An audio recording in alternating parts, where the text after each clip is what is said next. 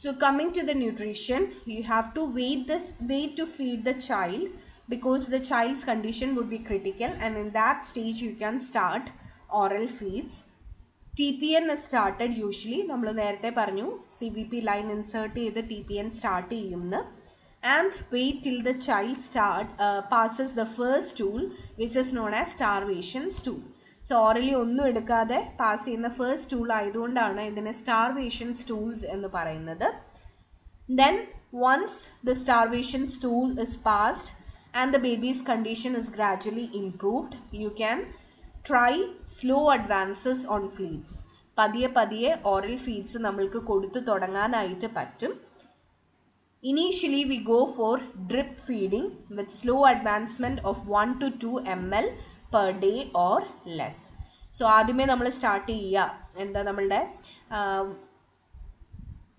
IV ഫ്ലൂയിഡൊക്കെ connect ചെയ്യുന്ന പോലെ തന്നെ ഫീഡ് ഡ്രിപ്പ് ഫീഡായിട്ടാണ് കൊടുക്കുക. അല്ലെങ്കിൽ അതിനെ അങ്ങനെ എന്താ വളരെ മൈന്യൂട്ട് ml നമ്മൾ സ്റ്റാർട്ട് ചെയ്യുകയാണ് ചെയ്യുക, which is known as drip feeding.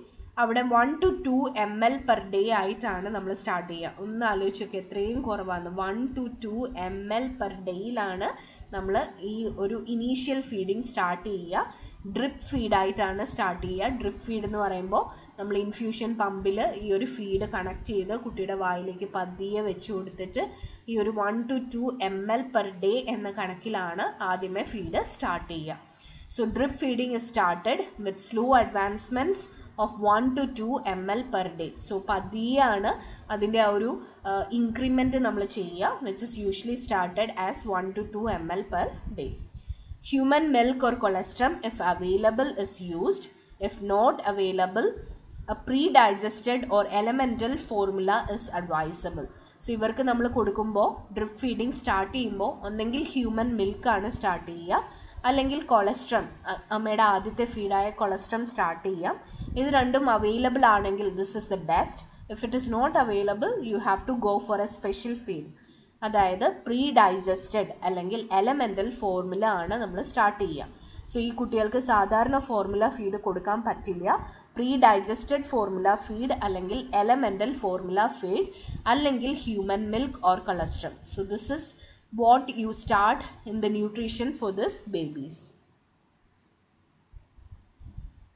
Also encourage non-nutritive sucking, അതായത് കുട്ടികളുടെ ഒരു സക്കിങ് ഓറൽ സാറ്റിസ്ഫാക്ഷന് വേണ്ടിയിട്ട് നമ്മൾ ഒരു പെസിഫയർ കൊടുക്കും. And you have to encourage non-nutritive sucking. Also monitor the weight of the baby every day. ഈ ബേബീസിൻ്റെ വെയിറ്റ് നമ്മൾ ക്ലോസ് ആയിട്ട് മോണിറ്റർ ചെയ്യണം to see whether our nutritional therapy is adequate or not. So nutritional തെറാപ്പിയിൽ ചെയ്യുക, CVP line ഇട്ട് TPN start ചെയ്യും. And we will wait till the baby passes starvation stools. Starvation stool pass ചെയ്തിട്ടുണ്ടെങ്കിൽ you can try on oral feeds once A babies condition is stable. ആദ്യമേ drip feeding അല്ലെങ്കിൽ വളരെ minute എമൗണ്ടിലാണ് feed കൊടുക്കുക. അത് gradually increase ചെയ്തുകൊണ്ട് വരും. Increase ചെയ്യുന്ന ആ ഒരു റേഷ്യോ എന്ന് പറയുന്നത് 1 to 2 ml per day ആണ്. ഇവിടെ നമ്മൾ കുട്ടികൾക്ക് കൊടുക്കുന്ന ഫീഡ് എന്ന് പറഞ്ഞിട്ടുണ്ടെങ്കിൽ ഹ്യൂമൻ മിൽക്ക്, കൊളസ്ട്രം, ഇതാണ് ഏറ്റവും നല്ലത്. ഇത് അവൈലബിൾ ആയിട്ടില്ല എങ്കിൽ എലമെൻ്റൽ ഫീഡ് അല്ലെങ്കിൽ പ്രീ ഡൈജസ്റ്റഡ് ഫീഡ് ഫോർമുല ആണ് നമ്മൾ കൊടുക്കുക. അതിൻ്റെ ഒപ്പം തന്നെ കുട്ടികൾക്ക് നോൺ ന്യൂട്രീറ്റീവ് സക്കിങ് എൻകറേജ് ചെയ്യണം. ഇതിനു വേണ്ടിയിട്ട് പാസിഫയേഴ്സ് യൂസ് ചെയ്യാം. And you have to monitor the weight of the child daily. Coming to the home care of this children, close follow-up is very essential in order to assess the growth, the weight gain and the developmental milestones. So വീട്ടിലേക്ക് വിട്ടാലും ഈ കുട്ടികളെ close ആയിട്ട് നമ്മൾ monitor ചെയ്യേണ്ടി വരും. Growth and development proper ആണോ, weight gain കുട്ടികൾക്ക് പ്രോപ്പറായിട്ട് ഉണ്ടോ, അതുപോലെ തന്നെ ഡെവലപ്മെൻറ്റൽ മൈൽ സ്റ്റോൺസ് ഒക്കെ അച്ചീവ് ചെയ്യുന്നുണ്ടോ എന്നൊക്കെ അറിയാനായിട്ട് parents must be instructed regarding the importance of bilious vomitus, because this may indicate that adhesive small bowel obstruction or midgut volvulus. So ഈ കുട്ടികൾക്ക് കോമൺ ആയിട്ട് ഉണ്ടാവുന്ന രണ്ട് കോംപ്ലിക്കേഷൻസ് ആണ്, ഒന്നെങ്കിൽ സ്മോൾ ബവൽ ഒബ്സ്ട്രക്ഷൻ അല്ലെങ്കിൽ മിഡ് ഗട്ട് വോൾവുലസ്. ഈ രണ്ട് കണ്ടീഷനിലും കാണുന്ന ഒരു മാനിഫെസ്റ്റേഷൻ ആണ് ഗ്രീൻ കളർ വോമിറ്റസ് അല്ലെങ്കിൽ ബിലിയസ് വോമിറ്റസ്. സോ ഇത് ഉണ്ടാവണുണ്ടോ എന്ന് ശ്രദ്ധിക്കാനായിട്ട് പേരൻസിന് പറഞ്ഞു കൊടുക്കുക. അങ്ങനെ എന്തെങ്കിലും ഉണ്ടായിട്ടുണ്ടെങ്കിൽ ഉടനെ ഹോസ്പിറ്റലിലേക്ക് കൊണ്ടുവരാനായിട്ട് അഡ്വൈസ് ചെയ്യുക. So close follow-up is to be done. You have to instruct the parents regarding reporting any kind of green or bilious vomitus, as it may indicate complication like small bowel obstruction or mid-gut volvulus.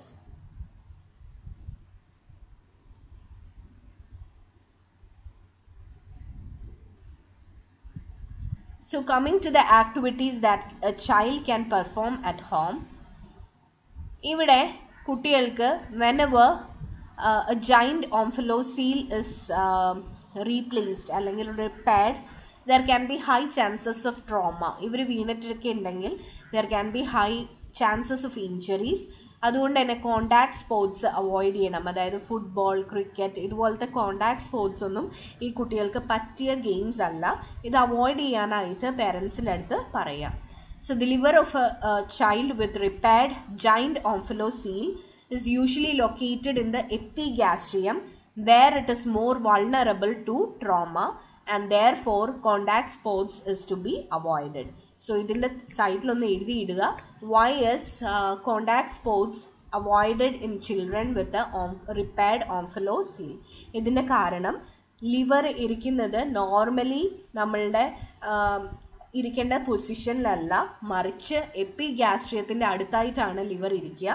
When the liver is in such position, കുട്ടി വീഴുകയാണെങ്കിൽ there can be high chances for trauma which may lead to fatal complications. ഇത് avoid ചെയ്യാനായിട്ടാണ് ഈ കുട്ടികളോട് contact sports avoid ചെയ്യണം എന്ന് പറയുന്നത്. So please note, this can be asked in give the reason in university exams. The side light mark ചെയ്തിടുക. Coming to the diet at home, omphalocele, where if the child has normal intestine and do not require special formulas. So omphalocele ആണ് കുട്ടിക്ക് എങ്കിൽ അവിടെ കുട്ടിയുടെ ഇൻറ്റസ്റ്റൈന് വേറെ കുഴപ്പങ്ങളൊന്നും വരാൻ സാധ്യതയില്ല. അതുകൊണ്ട് നോർമലി എല്ലാവർക്കും കൊടുക്കുന്ന ഡയറ്റ് അല്ലെങ്കിൽ ഫോർമുല ഈ കുട്ടികൾക്കും കൊടുക്കാം. There is no requirement for a special feed. However, in case of gastroschisis, when the intestine is exposed externally, there can be chances for injury to the intestine. അപ്പോൾ ഈ കുട്ടികൾക്ക് സാധാരണ ഫീഡ് പറ്റില്ല. You have to go for a elemental or a pre-digested feed. As we said earlier, the other feeds which may be used are protein hydrolysate formulas, lactose-free carbohydrates, and medium chain triglycerides.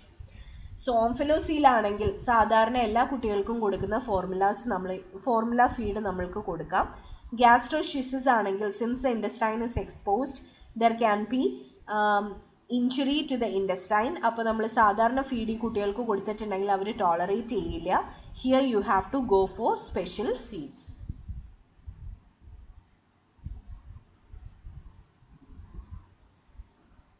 About the complications of both these conditions, the complications can be small bowel obstruction, as we said earlier, volvulus, silodehiscence. Silo reduction സമയത്ത് ചിലപ്പോൾ അത് ഒന്ന് ഡിസ്അറ്റാച്ച് ചെയ്തെന്ന് വരും, which may lead to a silodehiscence. There can be malrotation of the intestine. There can be feeding intolerance as well as malabsorption syndrome. So these are the post-operative complications, which are volvulus, intestinal obstruction, silodehiscence, malrotation, feeding intolerance, and malabsorption syndrome. So this is all about gastroschisis as well as omphalocele. Hope you are clear with both these conditions. Please go back and read the entire disease condition, and if you have any doubts, please contact me. Wish you a good day, and